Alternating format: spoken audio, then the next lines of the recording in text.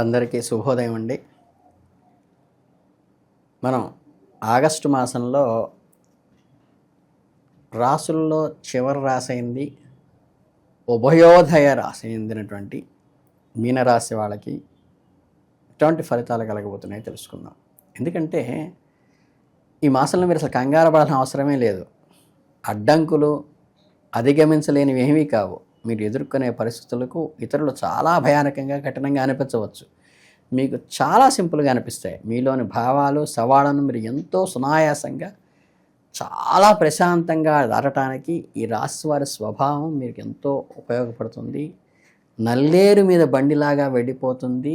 ఇటువంటి సమస్య నుండి చాలా సింపుల్గా చేప తప్పించుకున్నట్టుగా తప్పించుకుని మీరు ముందుకు వెళ్ళిపోతారు. ఈ నెలలో గ్రహాల సంచారం మిమ్మల్ని చాలా చురుకుగా యాక్టివ్గా ఉండమని సూచిస్తోంది. కుటుంబ సభ్యుల సహకారం చేయటంపై దృష్టి పెట్టండి.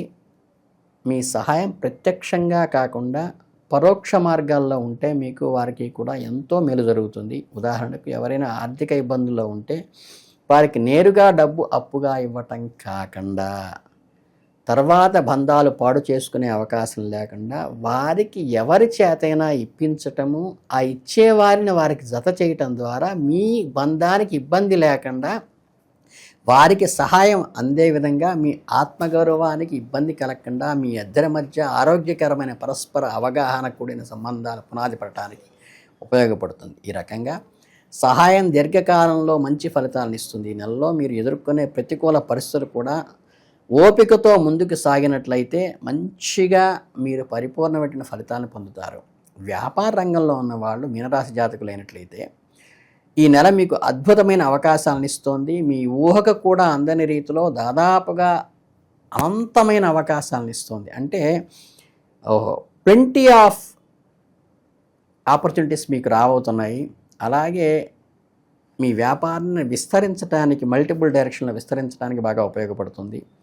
మీరు ఇప్పటికే ఉన్న మీ వ్యాపారంలో వ్యూహాలను పూర్తిగా మార్చేయాల్సిన అవసరం కూడా లేదు. కేవలం చిన్న చిన్న మార్పులు చేయడం ద్వారా, కొత్త ఆలోచనలు జోడించడం ద్వారా అద్భుత ఫలితాలను సృష్టించవచ్చు.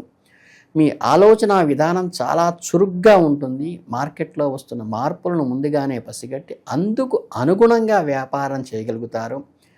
ఈ కాలాన్ని కొత్త ఆవిష్కరణలకు, ప్రయోగాలకు ఉపయోగించుకోండి. మీ వ్యాపారాన్ని ఎప్పటికప్పుడు డైనమిక్గా చేసుకోండి. అలాగే భవిష్యత్తులో ఎదురుంటే నిర్ణయాలని అనిశ్చిత పరిస్థితుల నుంచైనా మిమ్మల్ని మీరు కాపాడుకోండి. పోటీదారుల కంటే అడుగు ముందుండటానికి ప్రయత్నించండి. అలాగే సృజనాత్మక ఆలోచనలో ఆచరణలో పెట్టడానికి వెనుగాడకండి. ఎందుకంటే గ్రహాలు మీకు అనుకూలంగా ఉన్నాయి కాబట్టి మీరు పెట్టే ప్రతి శ్రమకు రెట్టింపు ఫలితం వస్తుంది. ఇక ఉద్యోగం చేసేవాళ్ళైతే ఈ మీనరాశి జాతకుల పరిస్థితి కొంచెం భిన్నంగా అనిపించవచ్చు. మీపై ఉన్నతాధికారుల నుండి ఒత్తిడి కలగవచ్చు. మీరు పనిచేస్తున్న వాతావరణంలో కొన్ని పరిమితులు, కట్టుబాట్లు ఉండి ఒక టైట్ పొజిషన్ రావచ్చు. మీ స్వేచ్ఛకు, ఆలోచనలకు అడ్డుకట్ట వేస్తున్నారేమో ఈ బోర్డర్ వల్ల అనే అవకాశం ఉండొచ్చు. అయినప్పటికీ ఈ పరిమితుల మధ్య కూడా మీ ఎదుగుదలకు అవసరమైన అవకాశాలు చాలా పుష్కలంగా ఉన్నాయి అనేది గమనించండి. ఎక్కడో కొత్త అవకాశాల కోసం వెతుక్కోవడం కంటే మీకు అందుబాటులో ఉన్న అవకాశాలను చేబుచ్చుకొని కొత్త వ్యూహాలతో ముందుకు సాగటం అలవాటు చేసుకోండి. మీ చేతిలో ఉన్న పనిని, మీకున్న వనరులను ప్రాపర్గా ఎలా ఉపయోగించుకోవాలో తెలుసుకోండి. కొన్నిసార్లు తర్కానికి అందని విషయాలు కూడా మనసుకు తెలుస్తాయి. ఈ నెలలో మీ అంతర్దృష్టికి చాలా చురుకుగా ఉంటుంది. దాన్ని అనుసరించండి. మీ దగ్గర ఉన్న మరణను, నైపుణ్యాన్ని పూర్తిగా వినియోగించుకోండి. ఈ విధానం మిమ్మల్ని ఎలాంటి సవాళ్ళను ఎదుర్కొని చేస్తుంది. సహోద్యోగులతో సఖ్యతగా మెలగండి. మీరు చేసే పనిలో నాణ్యతనే ప్రధానము, లంసం కాదు. మీ పనితీరు చేసుకుంటూ ముందుకు వెళితే ఆటోమేటిక్గా మీరు టిక్ పడి మీకు 10 మంది గౌరవ మర్యాదలు ఒక్కసారిగా లభిస్తాయి. ముఖ్యంగా ప్రేమ వ్యవహారాలు కనిపిస్తే మీరు మీ ఊహాశక్తి కొంచెం కళ్ళెం వేయండి.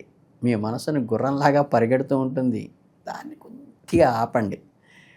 మీ భాగస్వామి ప్రవర్తనలో చిన్న మార్పులు వచ్చినా సరే మీరు 100 రకాలుగా ప్రతికూల కారణాలు ఊహించుకొని ఆందోళనకు గురవుతారు.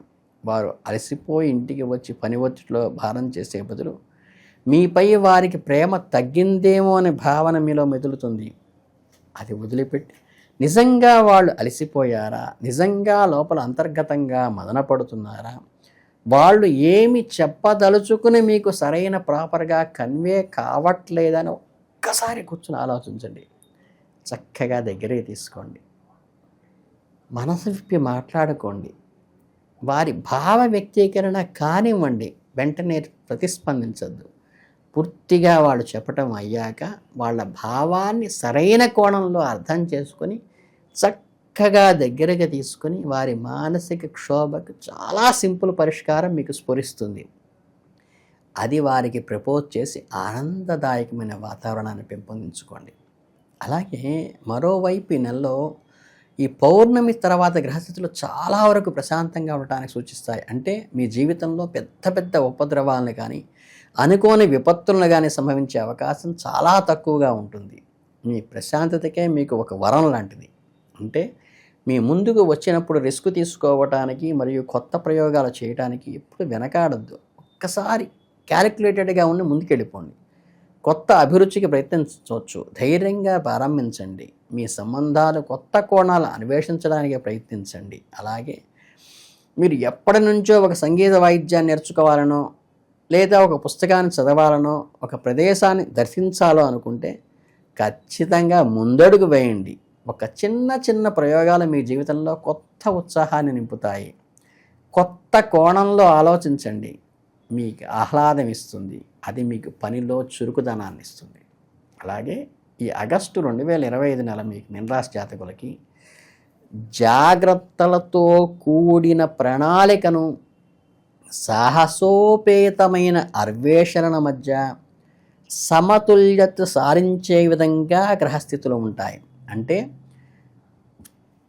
వ్యాపార యజమానిగా, ఉద్యోగిగా ఎదురయ్యే అవకాశాలను అందిపుచ్చుకుంటూ, వ్యక్తిగత విషయాల్లో మానసిక స్పష్టతని కాపాడుకుంటూ, లేనిపోని ఊహించిన ఆందోళన చెందకుండా ఉంటూ, మీ వ్యక్తిగత వృత్తిపరమైన సంతృప్తికి బులైన పునాది వేసుకుంటూ ముందుకు సాగి విజయాన్ని సాధించాలి.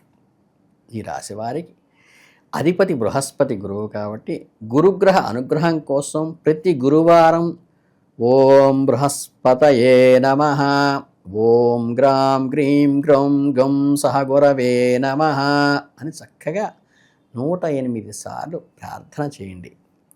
అవి మీకు స్పష్టంగా రాలేదనుకోండి, చక్కగా వీలైనంత వరకు పచ్చని వస్త్రాలు, పసుపు పచ్చని వస్త్రాలు వేసుకోవడానికి ప్రయత్నించండి. అలాగే స్వామివారికి పచ్చని వస్త్రాలకు చీర రవిగుడ్డ అమ్మవారికి పట్టడానికి ప్రయత్నించండి. ఇంకా సున్నితమైనది, గురుర్బ్రహ్మ గురుర్విష్ణు గురుర్దేవో మహేశ్వరః గురుర్ సాక్షాత్ పరబ్రహ్మ తస్మై శ్రీ గురవే నమః. ఈ ఒక్క శ్లోకం 11 సార్లు రోజు ప్రశాంతమైన మనస్సుతో ఇదే స్పీడ్లో చేయండి. గురు అనుగ్రహం కలుగుతుంది. మంత్రాలు స్పష్టంగా పలకలేమని బాధపడద్దు. గురు అనుగ్రహం కలగటానికి చక్కగా దత్తుల వారి చరిత్ర పారాయణ చేస్తే కూడా గురు అనుగ్రహం కలుగుతుంది. చక్కగా మనకి మధ్వాచారి కానీ, రామానుజాచారి కానీ, శంకరాచార్య కానీ వారికి ఒకసారి పాతస్మరణంగా స్మరించుకుని వారికి ఆ మార్గంలో వారు చెప్పిన భావాలతో ఒక అడుగు వేసి వారి చరిత్రను ఒక అధ్యాయం తెలుగులో ఉన్నదాన్ని పారాయణ చేయటం వల్ల గారా గురు అనుగ్రహం కలుగుతుంది. అలాగే గురు సంబంధమైనటువంటి రంగు కలైన వస్త్రాలు ధరించడం ద్వారా ఎవరికైనా ఇవ్వటం ద్వారా కూడా గురు అనుగ్రహం కలుగుతుంది. గురు బ్రహ్మ శ్లోకం చదువుకున్న గురు అనుగ్రహం కలుగుతుంది. గురు అనుగ్రహం మించింది ప్రపంచంలో మనకి ఏదీ లేదు. కనుక ఏంటంటే ఈ గురు అనుగ్రహంతో మీరందరూ మీనరాశి వారు చాలా అద్భుతమైన ఫలితాలు రాసించి ఈ శ్రావణ మాసాన్ని ఒక మరుపులేని, మరిచిపోని మధురానుభూతిగా మిగుల్చుకోవాలని మీరందరికీ ఆశీర్వదిస్తూ చాలా సంతోషం.